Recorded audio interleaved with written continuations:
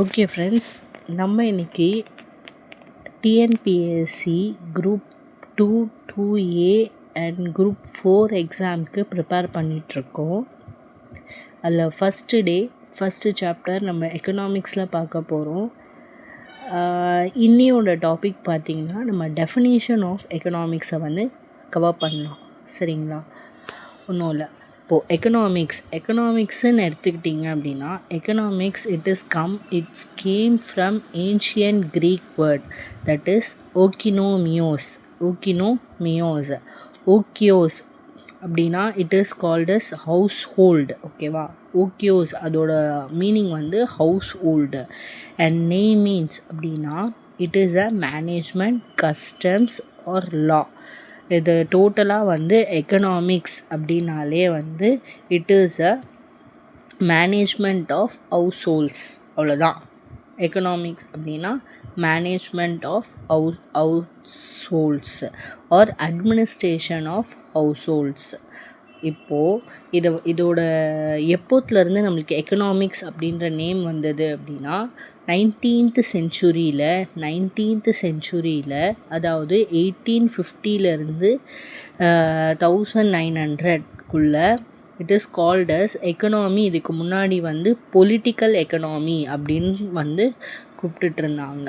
So Alfred Marshall அவர் தான் த principal of economy அப்படின்ற புக்கில் இதை எக்கனாமிக்ஸ் அப்படின்னு ஒரு நேம் கொண்டு வந்தாங்க இந்த year of 1842 to 1924. Okay friends, நம்ம இப்போ டெஃபினிஷன்ஸ் பார்க்க போகிறோம். எக்கனாமிக்ஸை பொறுத்த வரைக்கும் 4 டெஃபினிஷன்ஸ் இருக்குது.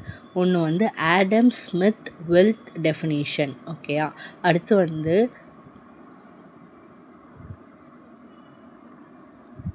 Marshall's wealth definition, Robbins scarcity definitions, and Samuelson's and growth definitions. இப்போ இதெல்லாமே நம்ம பார்க்க போகிறோம். இப்போ ஆடம் ஸ்மித் வெல்த் டெஃபினிஷன் அவர் என்ன சொல்ல வராருன்னா, அவர் ஒரு புக் எழுதியிருக்காரு எக்கனாமிக்ஸை பற்றி.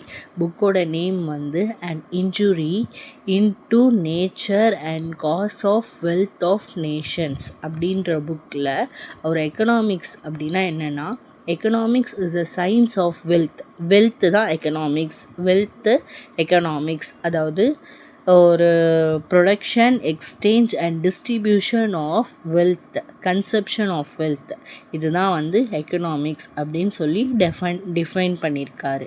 ஸோ அதோட கிரிட்டிசிசம், அதாவது டிஸ்அட்வான்டேஜ் என்னன்னு பார்த்தீங்கன்னா, it gives too much importance to wealth, not for human welfare. மனித நலத்துக்கு இல்லாமல் வெல்த்துக்கு மட்டுமே நிறைய இம்பார்ட்டன்ஸ் கொடுத்துருக்காரு இந்த ஆடம் ஸ்மித். ஸோ இந்த டெஃபினிஷன் சரியாக வரல. ஸோ நெக்ஸ்ட்டு வந்தவர் Alfred Marshall's welfare definition. Alfred Marshall அவர் 1890 அவர் ஒரு புக் எழுதியிருக்காரு. அதுதான் பிரின்சிபல் ஆஃப் எக்கனாமிக்ஸ். நம்ம முன்னாடியே சொன்ன மாதிரி பிரின்சிபல் ஆஃப் எக்கனாமிக்ஸ் அப்படின்ற புக்கில் a study of mankind in the ordinary business of life அப்படின்னு சொல்லியிருக்காரு. அப்படின்னா ஒரு நார்மல் ஆர்டினரி மேன் ஒரு நாளில் செலவு பண்ணுற ஈட்டுற பொருள், திரும்பி அதை ஸ்பெண்ட் பண்ணுற பொருள், அதுதான் எக்கனாமிக்ஸ் அப்படின்ற மாதிரி அவர் ஸ்டேட் பண்ணியிருக்காரு. அது மட்டும் இல்லாமல் அதான் it examined that the part of individual and the social action which is most closely connected with the attainment and the use of material of well-being. ஒரு பொருளை ஈட்டி, வருமானம் ஈட்டி திரும்பி அந்த பொருளை நம்ம ஸ்பெண்ட் பண்ணுறதுக்கு பேர் தான் எக்கனாமிக்ஸ் அப்படின்னு அவங்க டிஃபைன் பண்ணியிருக்காரு ஆல்ஃப்ரட் மார்ஷல்ஸ்.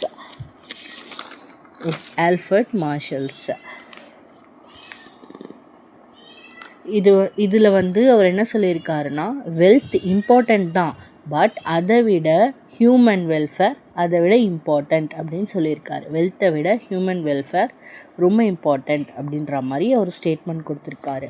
ஸோ அதோட டிஸ்அட்வான்டேஜ் பார்த்திங்கன்னா இவர் வந்து மெட்டீரியல் வெல்ஃபேரை தான் கன்சிடர் பண்ணியிருக்காரு. அதாவது பொருள் ஈட்டுறது, பொருட்கள் மேலே தான் வந்து கன்சிடர் பண்ணியிருக்காரு.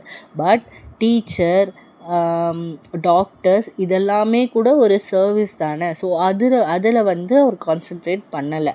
So welfare cannot be measured equally for everyone. எல்லாருக்கும் ஒரே மாதிரியான வெல்ஃபேரை நம்ம கொடுக்க முடியாது. எக்கனாமிக்கலி பார்த்திங்கன்னா எல்லாருக்கும் ஒரே மாதிரியான ஈக்குவலண்ட்டாக வெல்ஃபேர் இருக்காது. அது வந்து எதை டிபெண்ட் பண்ணியிருக்குன்னா political, social and culture factor. Political, social and culture factor அதை டிபெண்ட் பண்ணி ஒரு வெல்ஃபேருக்குமே ஒருத்தருக்குமே டிஃப்ரெண்ட் வெல்ஃபேர்ஸ் இருக்கும் அப்படின்ற மாதிரி அவர் சொல்லியிருக்காரு. ஸோ இதெல்லாமே வந்து அவரோட ஸ்டேட்மெண்ட்டில் வர டிஸ்அட்வான்டேஜஸ்.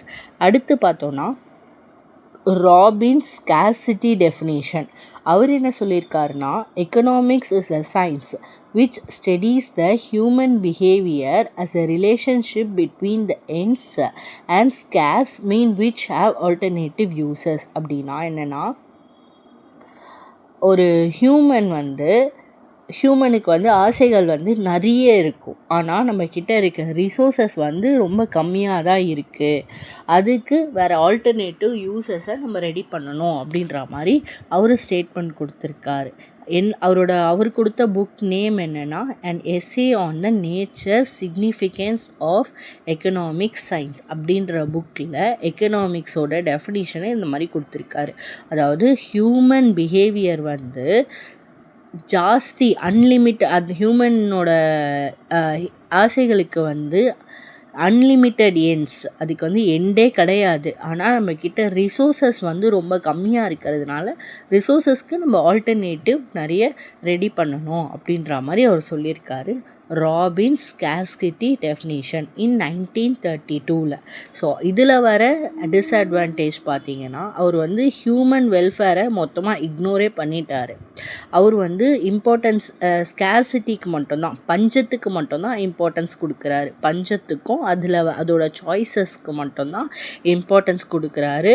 அதே மாதிரி அவர் எக்கனாமிக் க்ரோத் அண்ட் டெவலப்மெண்ட்டை பற்றி பேசவே இல்லை. இதுதான் அவரோட statement, Robbins scarcity definition. So இதுவுமே வந்து நம்மளுக்கு நிறைய டிஸ்அட்வான்டேஜஸ் இருக்குது. நம்ம ஃபோர்த் என்ன டெஃபினிஷன் பார்க்க போகிறோன்னா சாமுவேல்சன்ஸ் க்ரோத் டெஃபினிஷன் 1948 அவர் கொடுத்துருக்காரு. So economics is the study of how men and the society choose with or without the use of money to employ the scarce protective resources that could have alternative uses to produce various commodities over time and distribute them for consumption now and in the future among the various people and the group of society. இதுதான் அவரோட definition. இதில் அவர் என்ன சொல்லியிருக்காருன்னா எல்லாருக்குமே equal amount of resources நம்மளே வந்து ready பண்ணணும். And alternative resources scarcity ஆகுது அப்படின்னா ஆல்டர்னேட்டிவ் ரிசோர்ஸும் நம்ம வந்து ரெடி பண்ணி வச்சுக்கணும். அண்ட் வந்து ஒரு ரிசோர்ஸஸை வந்து production, distribution and consumption of கமோடிட்டிஸை வந்து நம்ம ரெடி பண்ணாதான் எக்கனாமிக்கல் வைஸ் நம்ம வந்து கரெக்டாக போக முடியும் அப்படின்ற மாதிரி சொல்லியிருக்காரு. அவரோட மெயின் ஃபோக்கஸே பார்த்திங்கன்னா க்ரோத் அண்ட் டெவலப்மெண்ட்டு. எல்லாருமே எல்லா வகையிலையுமே க்ரோத் அண்ட் டெவலப்மெண்டடாக இருக்கணும் அப்படின்றது தான் அவரோட ஸ்டேட்மெண்ட்டாக இருக்குது. ஸோ இதோட அட்வான்டேஜ் என்ன அப்படின்னு பார்த்திங்கன்னா இது வந்து ஒரு டைனமிக் டெஃபினிஷன். அதாவது எல்லா வகையிலையுமே எல்லாருமே அக்செப்ட் பண்ணிக்கிற மாதிரி ஒரு டைனமிக் டெஃபினிஷன் கொடுத்துருக்காரு. இதில் வந்து என்னெல்லாம் எக்கனாமிக் க்ரோத்தை பற்றியும் இன்க்ளூட் பண்ணியிருக்காரு. ப்ரொடக்ஷன், டிஸ்ட்ரிபியூஷன் அண்ட் கன்சப்ஷனை பற்றியும் அவர் இன்க்ளூட் பண்ணியிருக்காரு. And both money economy and barter எக்கனாமினா ஒன்றும் இல்லை, பொருள் எக்கனாமி. ஒரு பொருள் என்கிட்ட ஜாஸ்தியாக இருக்குது, உங்கள்கிட்ட ஜாஸ்தியாக இருக்குது, அதுதான் வந்து பேட்டர் எக்கனாமி.